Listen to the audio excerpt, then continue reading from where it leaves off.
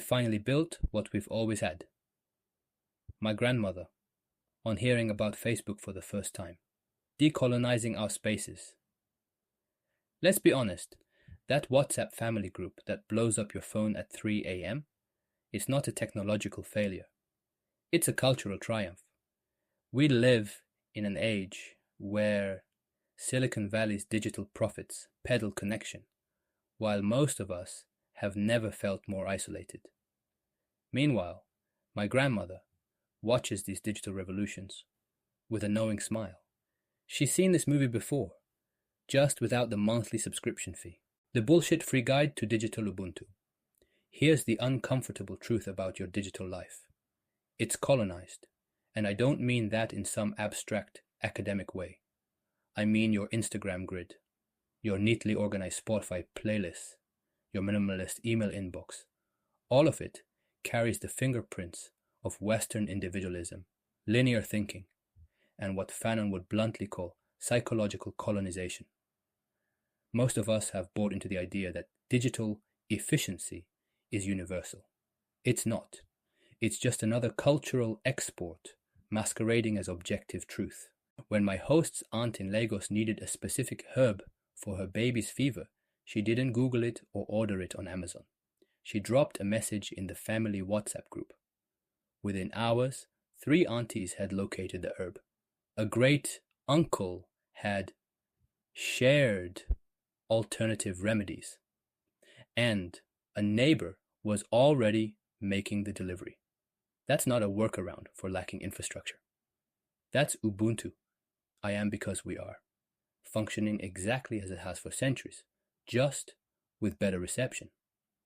The digital compound, where chaos is actually order.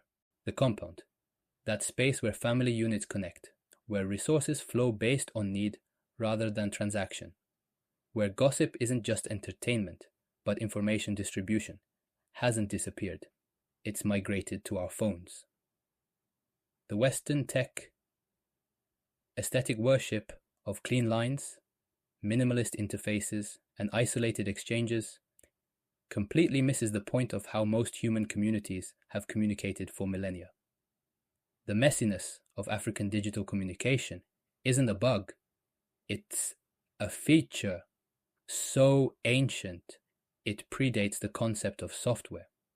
Those marathon voice notes your aunt sends, they're not technological incompetence, they're oral tradition refusing to die.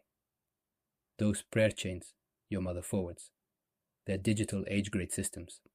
The group chats that never sleep, that's what philosopher Kwame Gyekye meant by continuous moral responsibility to others. But here's where it gets interesting. The platforms themselves are built on fundamentally Western assumptions about communication. Stories must fit into stories. Conversations must be threaded. Communities must be grouped. Knowledge must be archived. Yet watch what happens when these platforms meet African users. The resistance is everywhere, if you look closely enough. African professionals transform LinkedIn about sections from sterile resumes into community storytelling spaces. TikTokers create 15-part series that mimic traditional storytelling patterns. WhatsApp statuses become communal archives where family histories live. This isn't simple adaptation. It's philosophical infiltration. The unbearable whiteness of digital space. The most profound bias in technology isn't in the algorithms. It's in the interfaces. Every digital platform you use was designed with assumptions about how humans should communicate. These aren't neutral choices. They're cultural impositions, masquerading as universal design. When Twitter and X tried to force African users into their new content monetization model, communities didn't just adapt. They created parallel economics. Content creators built support systems outside the platform. The digital market square refused privatization. AI content moderation takes this colonial mindset to another level. African English variants get flagged as inappropriate. Cultural references marked as violations. Communal sharing patterns labeled suspicious. The machines aren't racist. but they're programmed with biases that might as well be. Silicon Valley keeps trying to solve the problem of digital messiness. Meanwhile, most of human history suggests that connection thrives precisely in that glorious, necessary mess. Your Uncle Joseph isn't tech-challenged. He's a digital griot. We all have that family member, the one who sends 12-minute voice notes and expects you to listen to every second. Western digital etiquette would label this inefficient. But watch what's actually happening in that voice note. 3 generations of traditions connected. Every family member meticulously named. Past celebrations linked to present ones. Community bonds maintained through story. This isn't a failure to understand technology.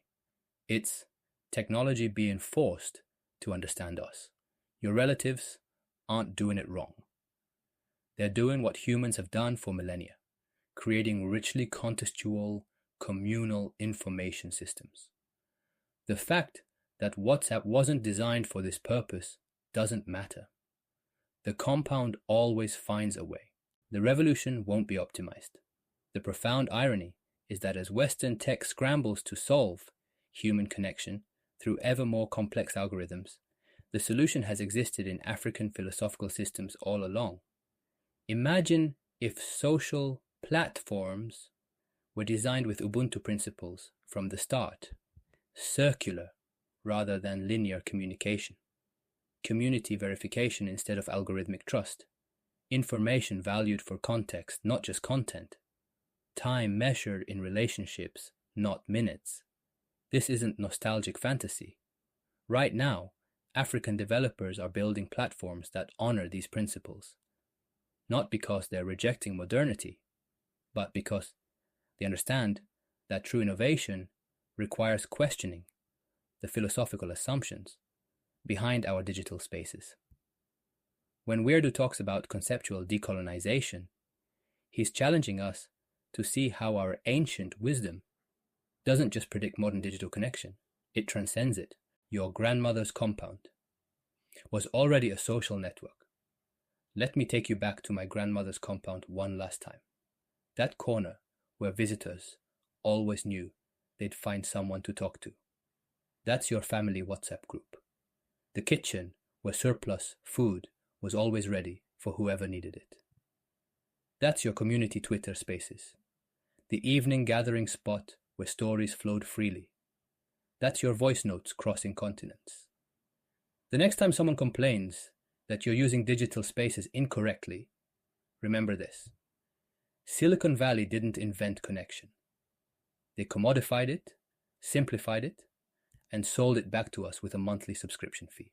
Your grandmother's compound held more wisdom about human connection than any startup manual. Our ancestors weren't just surviving, they were leaving us blueprints for the future. So go ahead, send that 15-minute voice note. Forward that prayer chain. Keep your digital spaces gloriously, purposefully full. You're not behind the times. You might just be ahead of them. Every voice note is a revolution. Every family group chat is cultural preservation. And every shared story proves that our ways were never wrong. The technology just needed to catch up.